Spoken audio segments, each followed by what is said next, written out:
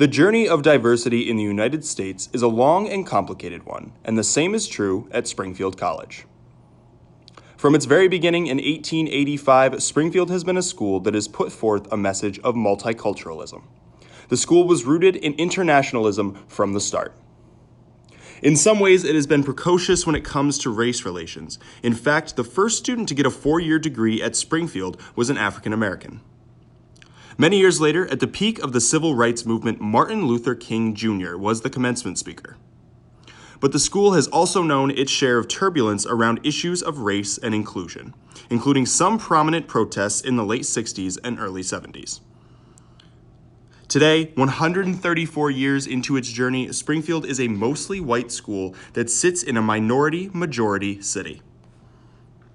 With its Division of Inclusion and Community Engagement and its Office of Multicultural Affairs leading the way, Springfield is struggling to live up to its idealistic mission. I don't think Springfield College has paid enough attention to its history and looked at it appropriately, because in terms of race anyway, I haven't seen any movement, other than in the past few years, from the early 1970s at least through the present day. So if you look at those sort of protests that were going on during the 60s and 70s where they overtook those buildings, and the demands that they were making then, and sort of the demands that were made over the past couple of years, there hadn't been a lot of shift in there. In 1906, the first time Springfield College granted 4-year degrees, the first graduate to get a diploma was William Beckett, an African-American man from Baltimore. While it is important to note that he was first because the degrees were given alphabetically, the fact that the school was integrated at that point when so many other schools would not be for generations is worth noting. Springfield College started in 1885, so that's 20 years after the end of the Civil War.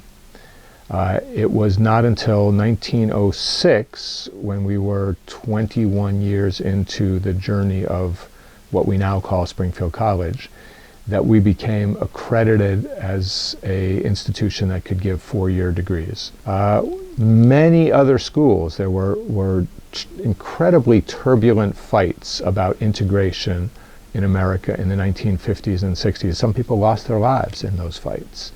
And this was generations after this happened here. That is not to say at all that we have this unambiguously great record around race. It's not to say at all that we don't have problems here now that need to be addressed. We do. I think it's important to look in the mirror unflinchingly and recognize that. But it is also true that we do have some notable parts of our history, such as there were 2 African American members of that class. William Beckett was one of them. They gave out degrees alphabetically, and so he got the first one. In 1964, right at the peak of the civil rights movement, Martin Luther King Jr. delivered the commencement address at Springfield College. Springfield President Glenn Olds did not yield to pressure from the FBI to renege on King's invitation, and the civil rights leader was in jail in Florida for the 3 days immediately prior to the graduation. But King made it to Alden Street in what might be the most famous moment in Springfield College history. It was right at the time when the Civil Rights Act of 1964, arguably the most important piece of legislation of the 20th century, that was being determined.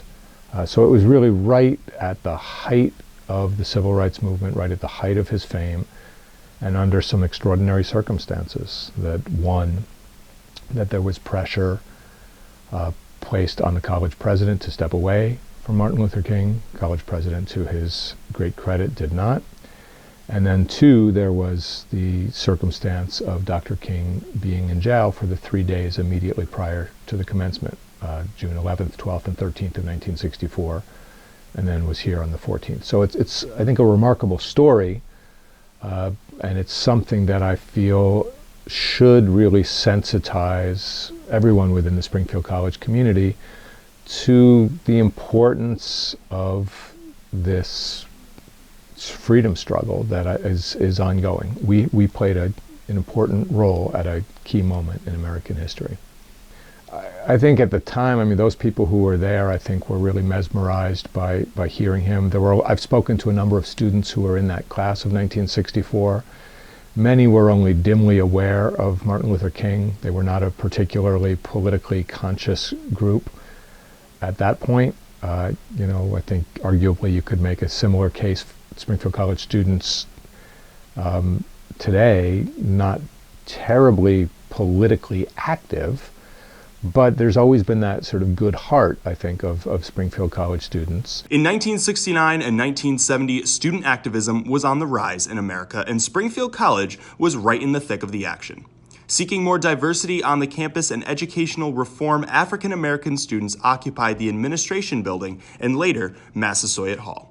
This led to a number of arrests and a hunger strike by certain students. The beginning of the 60s, students started becoming activists and taking the baton from their elders because they weren't moving fast enough for them. And at Springfield College in 1969, students presented the president with a list of demands, including like black faculty, black studies, a black cultural center. A few months later, these students presented him with another list of demands, and then they took over the administration building for an entire night. Following spring, 49 black students took over Massasoit Hall for 3 days. They stayed in the hall for 3 days and taken out of the building by police, where a group of 700 watched them leave. When they had hearings in protest of the black students' punishment, white students took over the administration building and they were arrested.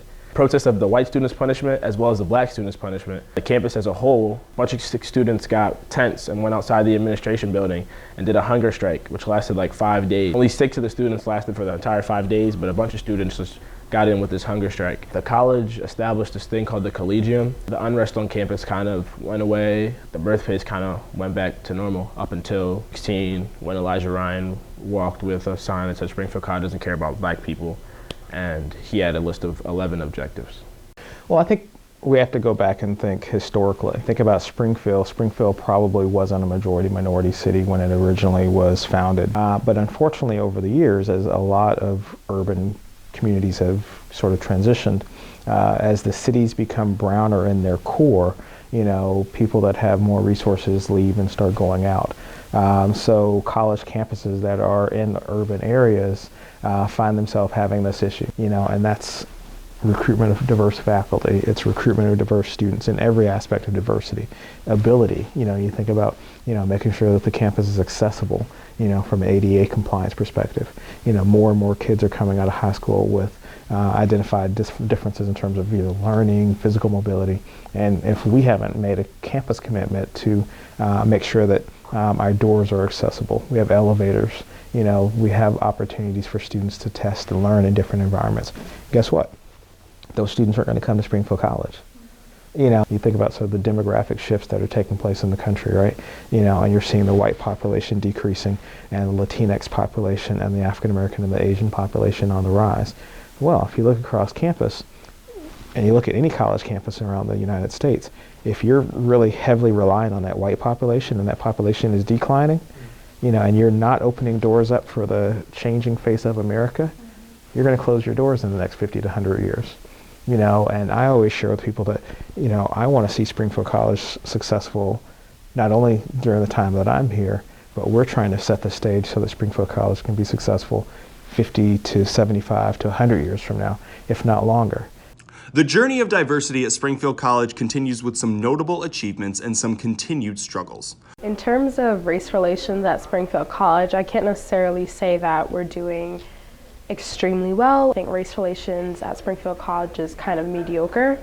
I think we're doing our best to expand via international students, but you can see that we still don't do well with connecting with our international students, and we have very small student bodies that are people of color. I remember when I first came here, it wasn't much different from my high school, which is predominantly white, but for somebody who's coming from a very diverse background or who's looking for a school that offers them diversity in terms of community and social identity, I think that's definitely something or somewhere where Springfield College definitely struggles and needs to improve. A campus where all people are respected and included is up to all of us to build and sustain.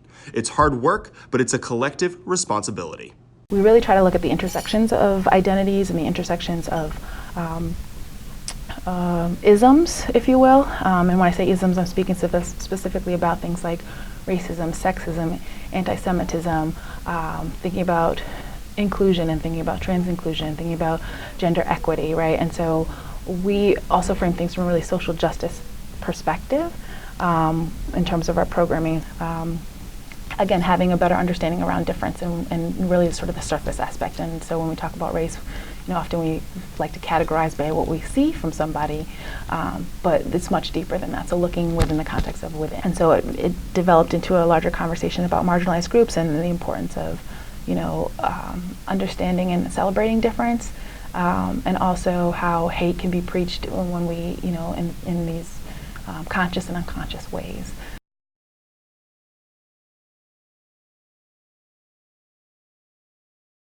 I think that we need to look at the past there so that in 30 years, 40 years, we're not going back to the same place and looking at our thing and going, why didn't we make those decisions that should have been made then?